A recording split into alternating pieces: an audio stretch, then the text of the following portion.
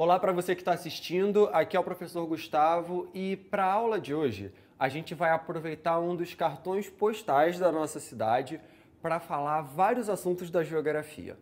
A gente vai falar sobre a observação da paisagem, a gente vai falar sobre a formação do relevo e a gente vai falar até um pouquinho sobre mitos, lendas e algumas formas de interpretar a realidade. Então, eu estou falando aqui da Pedra da Gávea, né? E esse nome ele já começa ali trazendo para a gente um pouco de coisas que a gente pode discutir em geografia. A primeira é a seguinte: é pedra ou é rocha? Então, quando a gente fala de rocha, a gente está falando que a rocha ela é formada por um conjunto de minerais, né, por meio de processos naturais. E quando a gente fala pedra, não é um nome que passa tanta exatidão científica. Em outras palavras, quando a gente vai falar numa prova lá da escola, o nome correto é rocha. Mas não é que seja errado a gente falar pedra. A gente usa a Pedra da Gávea para falar no dia a dia, para falar de um ponto turístico, quando a gente não precisa de tanta exatidão científica, geológica. A essa altura do campeonato, acredito que alguns já saibam, né, como é a Pedra da Gávea, já tenham visto, já tenham passado por ela, e outros ainda estão imaginando. E de repente até imaginando por que essa pedra, por que essa rocha, ela causa tanto fascínio nas pessoas e se tornou um cartão postal. Então tem uma imagem aí, ó. Na verdade, essa pedra onde eu estou sentado na imagem, ela é a Pedra Bonita. A Pedra da Gávea é aquela que está ali atrás. E eu imagino que vocês já tenham descoberto por que essa rocha ou essa pedra causam tanto fascínio nas pessoas. Além dela ser muito alta, ela também ali tem um formato bastante curioso. Vocês também não acham que parece um rosto, né? Ali com dois olhos, um nariz. Então, voltando aqui para mim, o que acontece? Né? Eu já falei sobre a altitude da Pedra da Gávea. A Pedra da Gávea ela está a cerca de 844 metros acima do nível do mar. Ela é bem alta mesmo, então ela se destaca de vários pontos da cidade. Mas onde ela fica? O nome, Pedra da Gávea, leva a gente a pensar que ela fica no bairro da Gávea, na zona sul aqui do Rio de Janeiro. Só que não, ela fica entre a Barra da Tijuca e São Conrado. Mas já já eu explico por que a gente chama de Pedra da Gávea, mesmo ela não ficando na Gávea. Então, vamos dar uma olhadinha no mapa para ver onde ela fica? Então, na tela, a gente tem essa imagem aí do Rio de Janeiro e esse marcadorzinho vermelho mostrando onde ela fica. Então, ali é bem ali ó, onde termina a Barra da Tijuca e vai começando o bairro de São Conrado. E dá para ver mais de perto nessa próxima imagem aqui. Aqui a gente já tem uma imagem de satélite, né? Uma fotografia aérea. E aí a gente pode observar tanto como ela é alta, né? Como que ela fica localizada ali numa área verde. Então, voltando para mim, a gente tem o seguinte: a Pedra da Gávea, ela fica no Parque Nacional da Tijuca. O Parque Nacional da Tijuca é uma unidade de conservação ambiental. E as unidades de conservação ambiental, elas são muito importantes. Por quê? A gente vive numa sociedade que tem uma relação com a natureza bastante exploratória, predatória e, por que não dizer, destrutiva.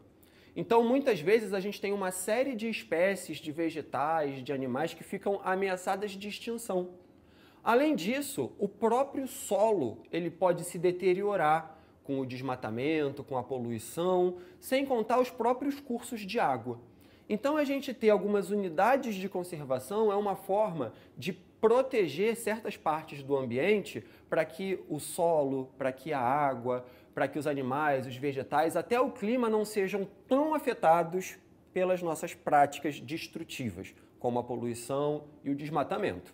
Eu sei, o ideal seria que a gente tivesse uma relação mais saudável com a natureza. Contudo, são aí a solução que a gente tem no momento, as unidades de conservação. E o Parque Nacional da Tijuca é uma unidade de conservação bastante interessante. E eu explico por quê. O Parque Nacional da Tijuca, ele é o primeiro grande projeto de reflorestamento do mundo. Então, toda essa área verde que a gente enxerga lá, na verdade, é fruto de trabalho humano. Isso porque, né, lá no século XIX, quase toda aquela área foi desmatada para plantar café. Então, além de você tirar toda a floresta, toda a Mata Atlântica que cobria aquela região, também, né, esse plantio de café causou um ressecamento do solo e um ressecamento dos cursos de água. E ali nessa área do maciço da Tijuca, né, esse conjunto de morros ali, a gente tem, né, onde fica o Parque Nacional da Tijuca, ali tem as nascentes de muitos rios que abasteciam boa parte da cidade. Com essas nascentes secando, começou a faltar água. Então, uma forma de melhorar o abastecimento de água foi justamente reflorestando. E esse grande projeto de reflorestamento, ele começa no ano de 1861, né? Então, se a gente for parar para pensar, parece que é muito tempo, mas para regenerar uma floresta, né, foi preciso muito trabalho.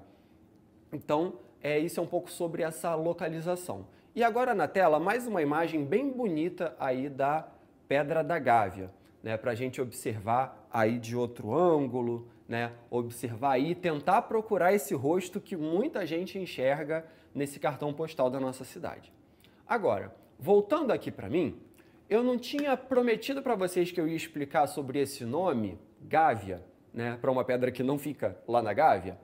Na verdade, esse nome foi dado por inspiração na navegação. Por quê? Acharam que a Pedra da Gávea se parecia com a gávea de um navio, né? E as gáveas, elas são aqueles cestinhos de onde fica alguém ali buscando avistar terra. Então, aquele ponto de observação das embarcações. E aí o pessoal tem muita imaginação. Eu não acho tão parecida com uma gávea assim. Vamos ver se vocês acham, porque eu tenho a imagem de uma gávea aqui na tela para vocês. Certo? Então, estão observando? A gávea é esse cestinho ali que fica bem num ponto bastante alto, privilegiado para observação do que está por vir. Então, voltando aqui para mim, né?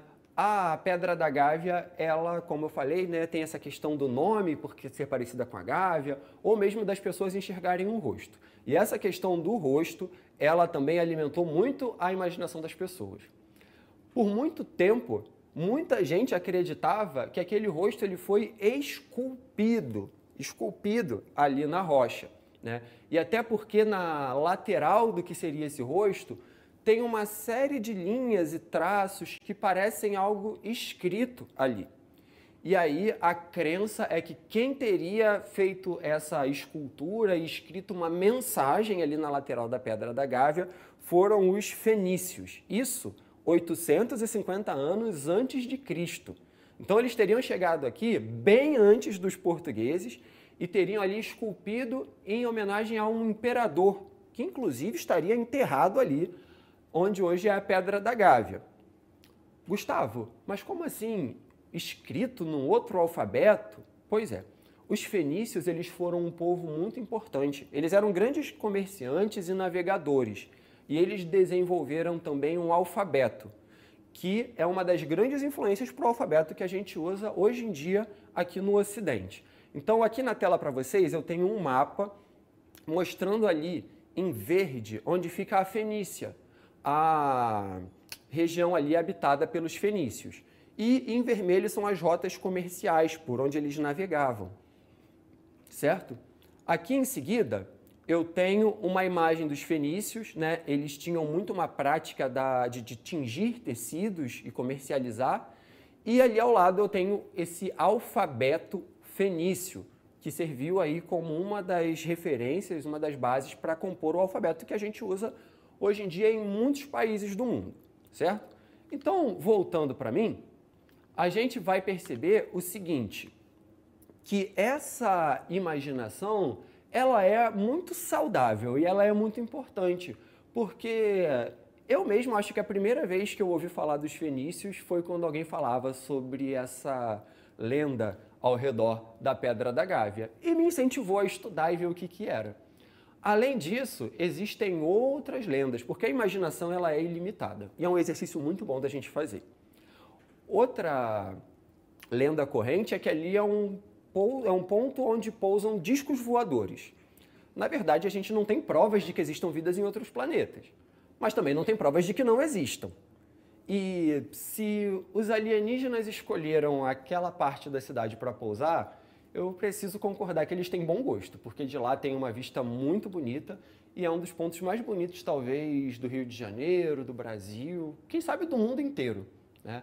E outra lenda também, e essa é bastante ousada, vai dizer que ali existem portais místicos, onde as pessoas conseguem se transportar para São Tomé das Letras, em Minas Gerais, e até para Machu Picchu, lá no Peru.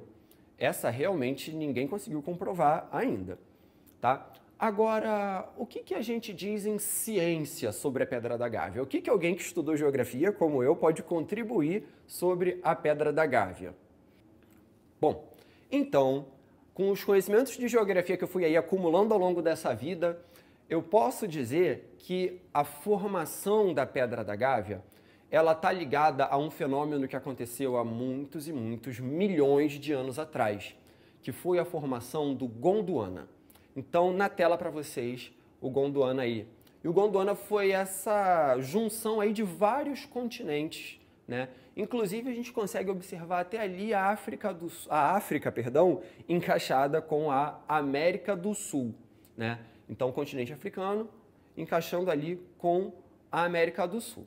Voltando para mim, o que acontece? Esse choque entre continentes, ele vai causar um dobramento do relevo, ou seja, isso vai formar o erguimento de grandes cadeias de montanhas há centenas de milhões de anos. E essas grandes cadeias de montanhas, elas vão levar as rochas a se transformar. Então, a gente vai ter um fenômeno chamado metamorfismo. Toda essa pressão e o calor formado por esse choque entre placas tectônicas altera a estrutura das rochas. Então, a gente vai ter a formação de um tipo de rocha que acontece muito nos dias atuais aqui no Rio de Janeiro, no litoral, que é o gneiss. Então, se a gente for parar para pensar, o Corcovado, por exemplo, é um gneiss. E a base da Pedra da Gávea, até onde ficariam os olhos dessa imagem que muita gente vê, inclusive eu vejo também, até ali é um gneiss. Mas dali para cima é um outro tipo de rocha. É um granito. O granito, ele é uma rocha magmática, ou seja, ele se forma a partir do resfriamento e da consolidação do magma. O que eu quero dizer? Que quando esses dois continentes estavam se chocando, formando o Gondwana, parte dessa rocha passou por tanta pressão e tanto calor que não só se transformou, mas que chegou a se fundir. Em outras palavras, derreter. E formou ali uma câmara de magma, de rocha derretida, que com o tempo foi se resfriando, se consolidando e formou ali o topo da Pedra da Gávea, um granito, tá? E aí, o que foi acontecendo com o passar do tempo? Esses continentes foram se separando, se formou o Oceano Atlântico entre eles, e ali não tinha mais nenhuma força para fazer aquele relevo erguer, né? Para levantar aquele relevo, para dobrar as rochas. Então, o que passou a predominar, né, em termos de modelagem de relevo, foi um processo chamado intemperismo, que é quando a presença de água, as variações de temperatura fragilizam a rocha, e a erosão, que é quando o vento, a chuva, os rios começam a desgastar, a retirar material dessa rocha. E aí a Pedra da Gávea, ela aflora. Por quê? Ela se formou a mais ou menos 30 a 40 quilômetros de profundidade. Então olha quanto a natureza não trabalhou nesse processo de desgaste para formar o que hoje a gente entende como a Pedra da Gávea. E eu estou falando de uma separação entre continentes que aconteceu ali há bem mais de 100 milhões de anos. Quando a gente fala de geologia, de relevo, é tudo por essa base aí de 100 milhões de anos. Às vezes tem coisa que leva até bilhões de anos. Bem difícil da gente imaginar, não é? Então acho que a gente merece observar mais uma vez essa imagem aí da Pedra da Gávea. E a pergunta é, será que agora você consegue enxergar um rosto? Será que você consegue enxergar ali uma frase formada pelo alfabeto fenício? Né? Então, voltando aqui para mim, né, eu sempre incentivo esse exercício de imaginação. Então, até se você quiser voltar um pouquinho nessa aula para printar lá o alfabeto fenício, e se você quiser voltar agora e olhar no que está na tela agora, onde fica aí o que muitas pessoas entendem como essas inscrições fenícias na rocha e tentar interpretar o que pode estar escrito, eu falo que vai ser um exercício muito difícil. Eu mesmo tentei desistir no meio. O que os geógrafos e os geólogos vão falar é que isso tudo foi formado por quebras, fraturas nessa rocha e também pelo intemperismo e pela erosão. Talvez não seja uma explicação tão mágica, mas é uma explicação que eu acho que é até mais fácil de passar e de entender. Então, pessoal, a nossa aula vai ficando por aqui. Espero que vocês tenham gostado e até uma próxima.